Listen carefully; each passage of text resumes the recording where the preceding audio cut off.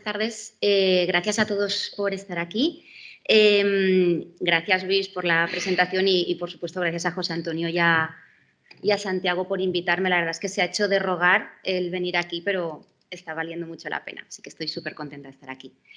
A ver, bueno, un poco el tema de esta reunión es ver el fallo de implantación y el aborto de repetición desde distintos ángulos, y os traigo pues otro ángulo que posiblemente pues no sea tan importante como el embrión, que no sea tan importante como el endometrio, que no sea tan importante como el útero, pero bueno, es otra pieza pequeñita del puzzle que a lo mejor pues podemos añadir y ayudar un poquito a mejorar el pronóstico de nuestras pacientes. Y es la microbiota. Entonces, bueno, pues este es el índice que voy a seguir. Voy a hacer una breve introducción de lo que sabemos y lo que está publicado. Os voy a presentar los resultados del último estudio prospectivo que hemos realizado en la Fundación, previa Fundación Igenomics, ahora Fundación Carlos Simón para la Investigación en Salud de la Mujer. Y bueno, y si podemos llegar a unas conclusiones, yo os daré las mías y luego cada uno tomáis las vuestras y si queréis las discutimos al final. Bueno, lo que sabemos de la microbiota en el tracto reproductivo es que, bueno, pues es un ambiente progresivo, que dijéramos que empieza en la vagina, que es la parte que está más expuesta y que, por supuesto, pues tiene más colonización bacteriana. Voy a hablar, aunque es microbioma y, por supuesto, entrarían aquí arqueas, virus, etcétera, yo voy a hablar simplemente de bacterias. Y lo que se ha descrito es que esta progresión en comunidades bacterianas pues es mucho más abundante en la zona más expuesta, que es la vagina, y mucho menos en la parte del tracto reproductivo superior, ¿vale? Se estima que aproximadamente en la vagina hay entre 100 y 10.000 veces más de bacterias que las que hay en el endometrio o en las trompas o incluso en la cavidad peritoneal. Entonces, bueno, pues siendo que existe este continuo de la microbiota en el tracto reproductivo, la siguiente pregunta es, bueno, pero entonces ¿esto afecta a los resultados reproductivos de las pacientes? ¿Afecta a la reproducción humana en general o no? Y esto es un poco el resumen, un poco el timeline de lo que se sabe de microbiota endometrial y reproducción. Y bueno, tenemos como dos partes en esta historia. La parte un poquito más anterior en el tiempo, desde mitad de los 50, que se empezó a intentar relacionar microbiología con embarazo, en las que se utilizaban técnicas de cultivo clásico microbiológico, y tenemos una serie de trabajos en los que se ha mostrado que se asocia el aislamiento del lactobacillus en la punta del catéter de transferencia con mejores resultados reproductivos en términos de recién nacido vivo, y sin embargo, si ese cultivo de la punta del catéter nos da el aislamiento de bacterias patógenas, patógenos comunes como pueden ser enterobacterias, Streptococcus, Staphylococcus, etcétera, eso asocia con peores resultados reproductivos en el sentido de peores tasas de implantación y mayor número de abortos.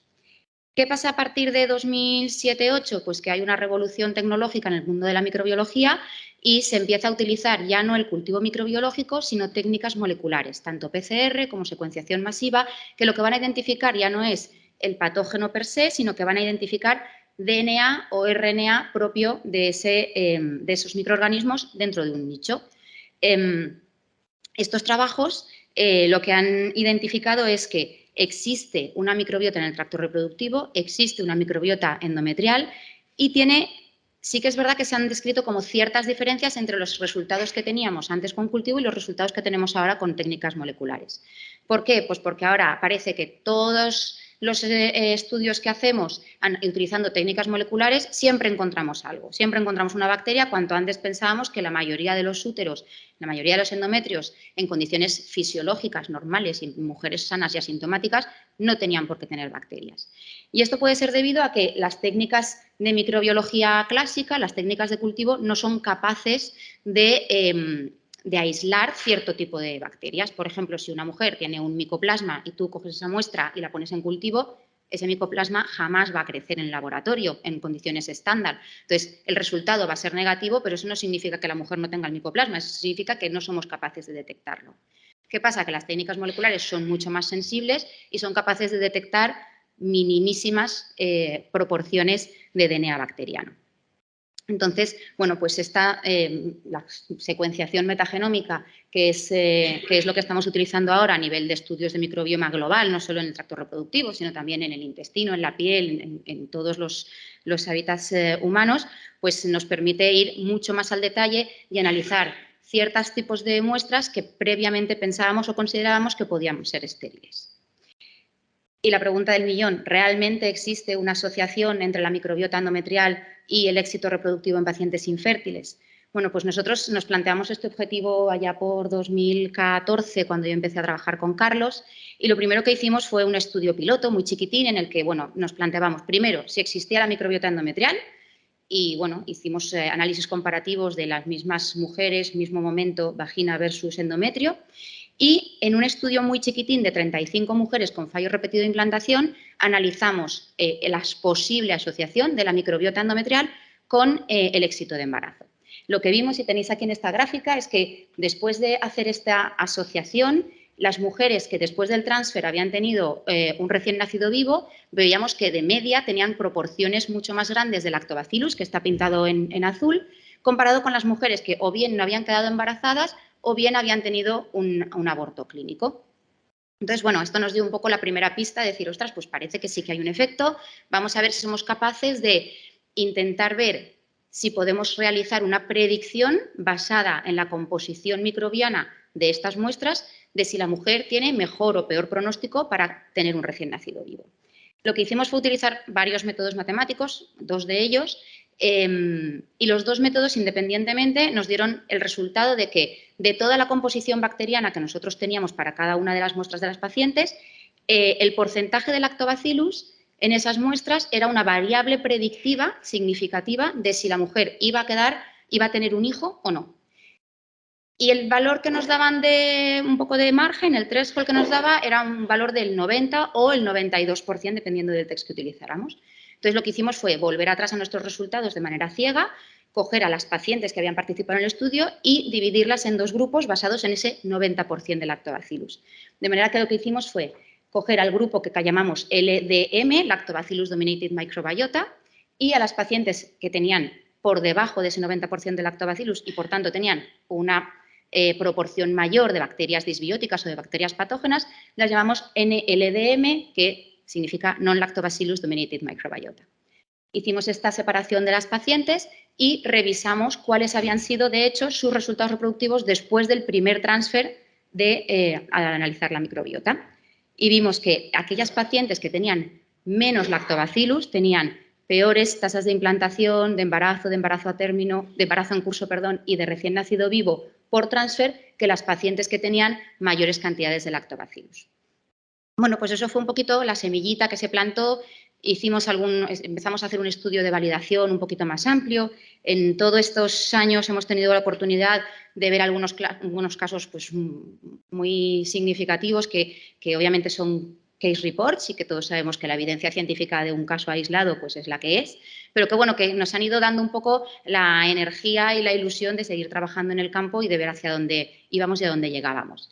Os he puesto dos ejemplos. Este es un caso que publicamos en 2019 de una paciente a la que tuvimos la oportunidad de hacer seguimiento durante 18 meses a través de 6 tomas de líquido endometrial para analizar la microbiota y que en este transcurso de 18 meses tuvo 3 transfers embrionarios. El primero acabó en un ectópico, los 2 siguientes en abortos clínicos. Y lo que vimos al analizar la microbiota de esta paciente es que siempre había una Gardnerella resistente, independientemente de que esta mujer había tomado antibióticos a lo largo de estos 18 meses en varias ocasiones, había tomado amoxicilina, había tomado metronidazol, nada podía con esa Gardnerella. Al analizar a nivel funcional cuáles eran los genes bacterianos que se estaban expresando en ese entorno, lo que veíamos era que había muchos genes asociados a Gardnerella, expresados por Gardnerella, en los que había factores de virulencia, adaptación del hábitat a procesos de hemólisis, había también formación de biofilms, o sea, como que las bacterias se estaban protegiendo posiblemente por eso había una resistencia a los tratamientos antibióticos, o sea, que era un perfil bastante curioso. El segundo caso que os quería presentar y que tenemos especial cariño es que por casualidad tuvimos la oportunidad de estudiar a la microbiota endometrial de una mujer que estaba embarazada de 4 semanas sin saberlo y compararlo con el microbiota endometrial que tenía la misma mujer previo a un transfer que terminó en un embarazo, en un aborto clínico. ¿Vale? A la izquierda de la diapositiva tenéis cuáles eran los perfiles a nivel general. En la muestra que se cogió antes del aborto veis que hay un perfil muy variado con un montón de bacterias, bueno, que el porcentaje de lactobacillus es el magenta oscuro, es como alrededor de un 20%. Sin embargo, cuando la mujer se quedó embarazada en un embarazo espontáneo después de haberle hecho un legrado, veíamos que el porcentaje de lactobacillus subió a casi el 93-94%.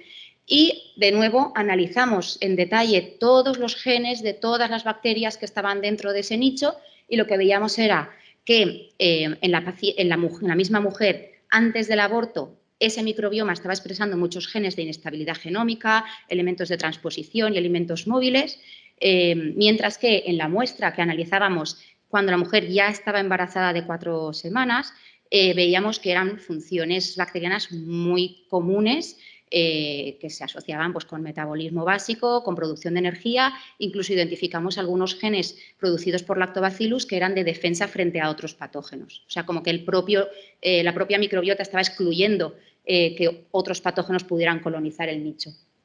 Bueno, pues todo esto es nuestra experiencia previa acumulada a lo largo de todos estos años y os voy a presentar ahora el último estudio prospectivo que hemos realizado, lo hemos publicado este año pasado en la revista Microbiome y este estudio tenía como objetivo pues, validar nuestros resultados anteriores. Éramos conscientes de que el primero es un estudio piloto muy pequeñito, además realizado en un solo centro, pues una población muy homogénea. Claro, cuando tienes poblaciones muy homogéneas es muy fácil, relativamente fácil tener buenos resultados. Entonces queríamos validar esto y ver si esto era extensible a otro tipo de pacientes, a otro tipo de indicaciones. Y bueno, pues un poco lo que queríamos era hacer un estudio prospectivo, observacional, multicéntrico, en el que pudiéramos determinar realmente si esta microbiota endometrial se validaba nuestro resultado previo que tenía una asociación con los resultados reproductivos, ¿vale? Básicamente lo que hacíamos era pacientes, la mayoría, no todas, pero la mayoría de ellas con fallo de implantación, a las que se iba a hacer una biopsia para realizar el test de receptividad endometrial. Cogíamos también una muestra de líquido de aspirado endometrial en ese momento, una muestra de líquido endometrial, y analizábamos la microbiota en esas dos muestras. Las mujeres hacían su transfer personalizado y después asociábamos resultados de transferencia con resultados de microbiota, sin intervenir en ningún momento. Cada clínica utilizó sus propios protocolos, sus propios métodos, no hubo ninguna intervención por nuestra parte. Estos son los centros que participaron. Como veis, otra de las características del estudio es que, además de aumentar el tamaño muestral, también aumentamos la variabilidad de las pacientes en el sentido de que analizamos mujeres de distintas localizaciones geográficas, por tanto, distintas etnias, distintos protocolos utilizados en los distintos países en los que se realizó el estudio. Y, bueno, pues lo que vimos es, empezando con estas 452 pacientes que fueron reclutadas para el estudio, pues después, por varias causas, algunas de ellas fueron excluidas, otras se perdió el seguimiento a lo largo del estudio. Finalmente terminamos con 342 pacientes en las que sí que pudimos analizar en paralelo la microbiota endometrial con sus resultados reproductivos, ¿vale? De estas 342 pacientes hubo 144 que después del transfer personalizado no se quedaron embarazadas y 198 que sí. De estas 198, 141 tuvieron un recién nacido vivo, tuvimos 27 bioquímicos, 28 abortos y 2 ectópicos, ¿vale? Y a partir de ahora os voy a presentar los resultados del estudio en base a estos grupos, a los grupos por resultado reproductivo. Los ectópicos los voy a dejar al margen porque obviamente con una N de 2 pues no podemos decir nada, pero vamos a presentar los resultados en ese formato. Lo primero que vimos al analizar las muestras, tanto a nivel de las muestras de líquido como las de biopsia, es que, de nuevo, Lactobacillus era la bacteria que más aparecía en los dos tipos de muestras, lo cual era más o menos esperable porque todos sabemos que Lactobacillus es la bacteria que está de manera dominante en el tracto reproductivo, sobre todo en la vagina, y que se asocia en general a salud reproductiva. Pero también al analizar las muestras vimos pues, que encontrábamos otras bacterias, pues como Atopobium, Bifidobacterium, Gardnerellas, Streptococcus, Schneatias, que ya habían sido previamente descritas como parte de la microbiota del tracto reproductivo y como parte de la microbiota endometrial, lo cual pues, reforzaba un poco la hipótesis de que, o sea, nuestro análisis de que algo estábamos haciendo bien, teníamos consistencia en el tipo de bacterias que identificábamos.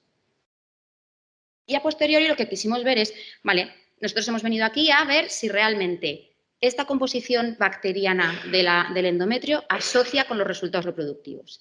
Y queríamos ver si nuestro primer resultado de 2016, en el que veíamos que la composición o el porcentaje de lactobacillus asociaba con mejor resultado reproductivo, se mantenía en este estudio. Entonces, bueno, si os acordáis, os he dicho que en el primer estudio que habíamos hecho piloto teníamos un punto de corte del 90%, en el cual decíamos por encima del 90%, ok, mejor resultado reproductivo, por debajo del 90%, pues las cosas empiezan a ir peor. Cuando hicimos este estudio, habían pasado varios años desde el piloto y, bueno, pues nosotros teníamos ese punto de corte en el 90%, luego había un grupo en Japón que ponía el punto de corte para los lactobacillus dominante en el 80%, luego había gente que decía, no, es que a ese 80% no es solo de lactobacillus, sino de lactobacillus más bifidobacterias. Luego había otros mucho más estrictos que decían, no, dominancia es a partir del 50%. Si tú tienes un 51% de lactobacillus en el nicho, eso ya está dominando. Entonces, bueno, después de darle muchas vueltas y consultar con distintos expertos en microbioma, lo que nos dijeron es, mira, si queréis ser estrictos, a partir del 50 se considera dominancia. Y dijimos, pues venga, pues vamos a ver si nos sale o no nos sale. Y lo que hicimos fue exactamente eso, trazar nuestro punto de corte en el 50%. Lo que veis en estas gráficas es una resta del porcentaje de lactobacillus para cada muestra menos el resto de todas las demás bacterias que se identificaron. Es decir, si nosotros tenemos la misma cantidad de lactobacillus y del resto de bacterias, pues la resta será 0.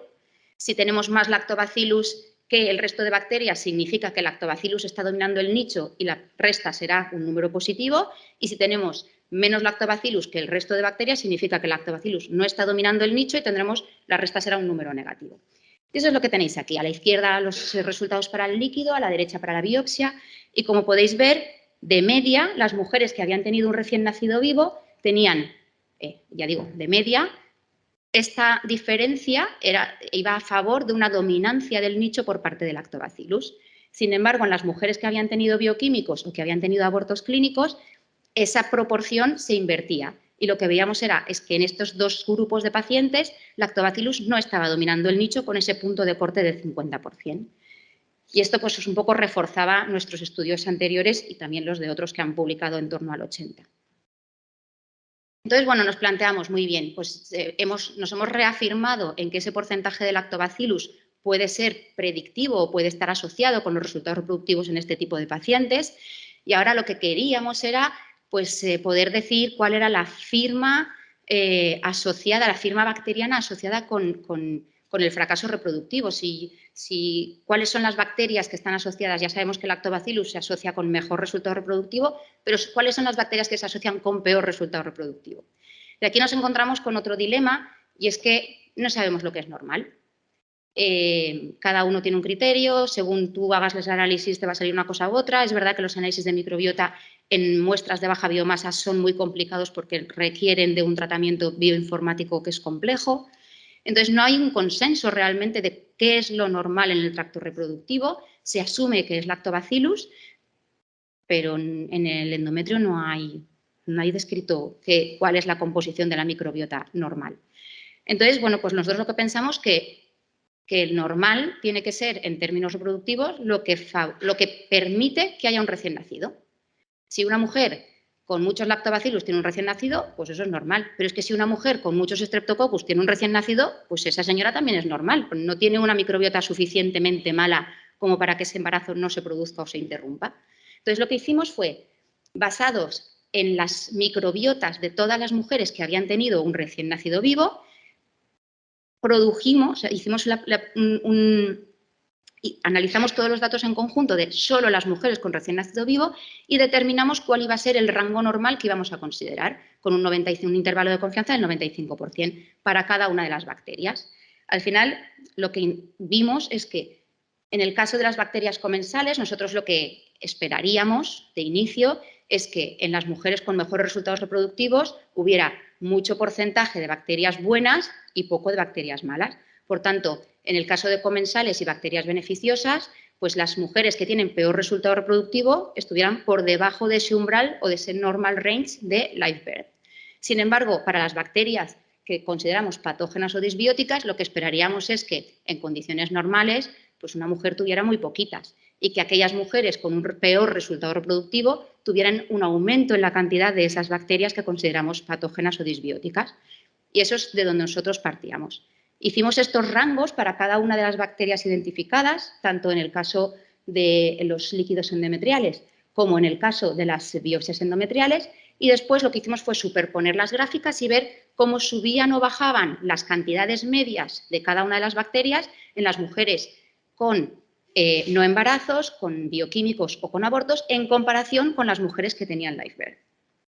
Y el resultado fue pues un poco el que veis. Como es un poco complejo de entender, pues os lo desgrano porque así avanzamos un poquito. Lo que vimos en el caso de las biopsias, cuando comparábamos las mujeres que no habían quedado embarazadas frente a las que habían tenido un hijo, es que veíamos aumentos de bifidobacterias, de Gardnerelas, de Klebsiella y de Neisseria, comparado con las mujeres que tenían un recién nacido vivo. Y, sin embargo, bueno, y entre ellas, como veis aquí, algunas de ellas se han relacionado anteriormente con endometritis crónica. Y, sin embargo, los niveles de lactobacillus eran menores en las mujeres que no habían quedado embarazadas con respecto a las mujeres con recién nacido. Cuando hicimos el análisis de los líquidos endometriales, pues vimos un poco la misma tendencia. Al comparar no embarazo con recién nacido vivo, vimos que había un aumento de Atopobium, bifidobacterias, Crisiobacterias, Gardnerelas, Klebsiella, Streptococcus. En los embarazos bioquímicos se caracterizaban por un aumento de Enterococcus y los abortos clínicos por un aumento de Haemophilus, Klebsiella y Staphylococcus. De nuevo, algunas de estas bacterias previamente reconocidas como causantes de endometritis crónica y, de nuevo, Lactobacillus estaba disminuido en los casos de no embarazo y de aborto clínico en comparación con los casos de recién nacido vivo. Y bueno, pues un poco esto nos ha llevado a crear un poco el perfil bacteriano que está asociado con el resultado reproductivo, pues cuáles son las bacterias que habitualmente o de valor medio aparecen aumentadas y disminuidas en cada uno de los resultados reproductivos que hemos analizado. Conclusiones, pues que el perfil patogénico asociado a este fallo reproductivo pues consiste en estas bacterias que os comentaba, Topobium, Bifidobacterium, Gardnerella, Haemophilus, Klebsiella, Staphylococcus, Streptococcus, que las pacientes con mayores abundancia de lactobacillus tienen más, dijéramos, mejor pronóstico y tienen más, o sea, es más fácil que tengan un recién nacido vivo y, por tanto, consideramos que la microbiota endometrial puede ser considerada como una causa emergente del fallo de implantación y de la pérdida de embarazo y, por tanto, pues analizarla como un biomarcador previo a o durante los tratamientos de IVF, pues puede ayudarnos a mejorar el diagnóstico y el tratamiento de las pacientes. Y ahora me gustaría en un minuto deciros pues qué es lo que estamos haciendo ahora. Hemos hecho estudios asociativos, bueno, que tienen sus resultados, y ahora lo que queremos es un poco ir un poquito más allá, a profundizar si existe esa asociación, ¿por qué? ¿Qué están haciendo las bacterias en el endometrio para mejorar o para impedir un embarazo o para impedir la evolución del mismo? Bueno, pues basados un poco en la experiencia que hemos adquirido en el análisis de la microbiota, análisis transcriptómico del endometrio a nivel de célula única, pues lo que queremos es analizar esas interacciones bacteria-hospedador, ver cómo distintas microbiotas específicas de cada paciente pueden influir en la fisiología del endometrio. Entonces, bueno, pues hemos diseñado varios estudios que estamos llevando ahora a cabo en los que pues, queremos ver cómo distintas microbiotas son capaces de modificar el ratio de células que existen en el endometrio, pues si hay algún tipo celular que se ve aumentado, esto a lo mejor pues, puede ser muy interesante, a lo mejor en el caso de células inmunitarias que estén más arriba o más abajo dependiendo de la microbiota que tenga esa paciente. A nivel de cómo se comunican las células entre ellas, si hay alguna conexión celular que se vea alterada por la presencia de ciertos patógenos.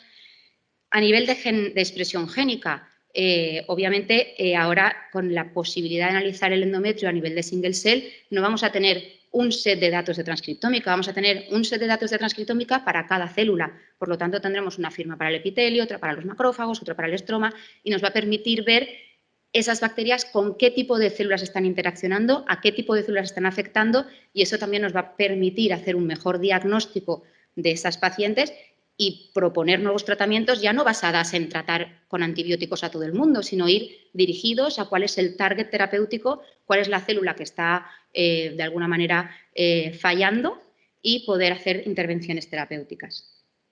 Y finalmente, a nivel de interacciones, pues todos sabemos que hay ligandos bacterianos que son miméticos de ligandos humanos y que pueden reaccionar con los receptores humanos y modificar la expresión de ciertos genes y de ciertas rutas de señalización, pero también al revés. Las células humanas endometriales, en respuesta a esos ligandos, pueden empezar a secretar cierto tipo de moléculas que también influyen en lo que es el total del endometrio y de la función reproductiva.